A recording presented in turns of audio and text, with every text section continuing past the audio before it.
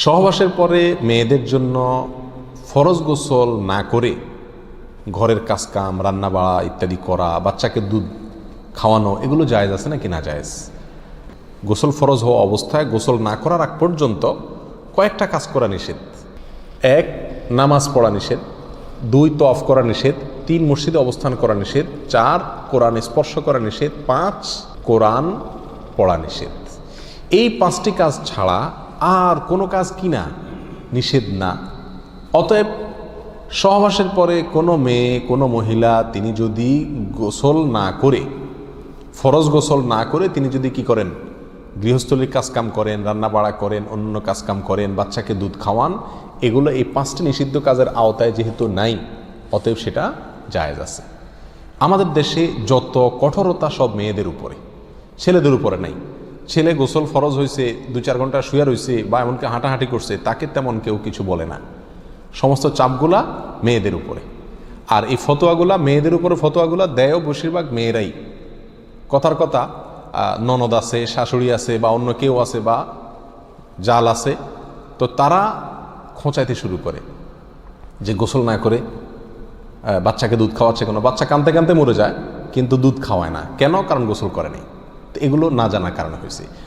ফরজ গোসল না করে 5টি কাজ করা নিষেধ, এর বাইরে আর কোনো কাজ নিষিদ্ধ না।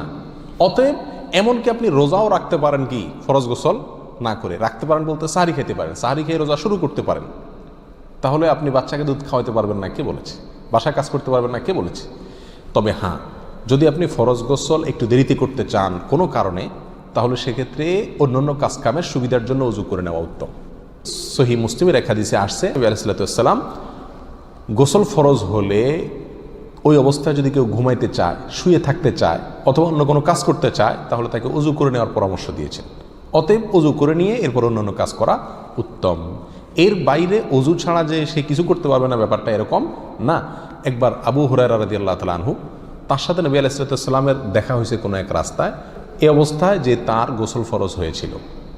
তো আবু হুরায়রা রাদিয়াল্লাহু তাআলা রাসূল আকরাম সাল্লাল্লাহু আলাইহি ওয়াসাল্লামকে দেখে এড়াইয়া চলে গেছেন, একরকম পালায়া চলে যাওয়ার মতো, যায় তাড়াতাড়ি করে গোসল টোসল করে তারপরে আসলেন। নবী আলাইহিস সালাম জিজ্ঞাসা করলেন, আবু হুরায়রা তুমি কই গেছিলা, তোমার দেখলাম? বলে, ইয়া রাসূলুল্লাহ, আমার গোসল ফরজ হয়েছিল, তো আমি আপনার সঙ্গে বসবো, সময় দেব, ফরজ গোসল অবস্থায় আমার কাছে জিনিসটা অপছন্দ লাগলো, নাপাক অবস্থায় এভাবে থাক, আপনার সাথে সাক্ষাৎ করব। তখন নবী আলাইহিস সালাম বলেছেন, সুবহানাল্লাহ, মোমেন আবার নাপাক হয় নাকি? অর্থাৎ এটা তো একেবারে তোমার পুরো বডি নাপাক হয়ে গেছে, টাচ করলে আমি নাপাক হয়ে যাবে, ব্যাপারটা তো এরকম না, তুমি এটাকে এত কঠিনভাবে নিয়েছো কেন? তাহলে এই সব হাদিসগুলোকে সামনে রাখলে মোটামুটি পরিষ্কার হয়ে যায়। আমাদের আয়েশা রাদিয়াল্লাহু তাআলা আনহা থেকে এক হাদিসে আসছে, তাকে জিজ্ঞাসা করা হয়েছিল যে নবী আলাইহিস সালাম গোসল ফরজ হলে তিনি ঘুমোতেন কিনা, তিনি বলেছেন হ্যাঁ ঘুমাতেন। কোনো কোনো বর্ণনা আসছে ওযু করা ছাড়াও ঘুমাতেন। তাহলে বোঝা গেল ওযু করে নিয়ে ঘুমানো, ওযু করে নিয়ে কাজকাম করা উত্তম, কিন্তু আপনি যদি নাও করেন তাতে কি হবে না, কোনো গুনাহ এতে হবে না। আল্লাহু আ'লাম।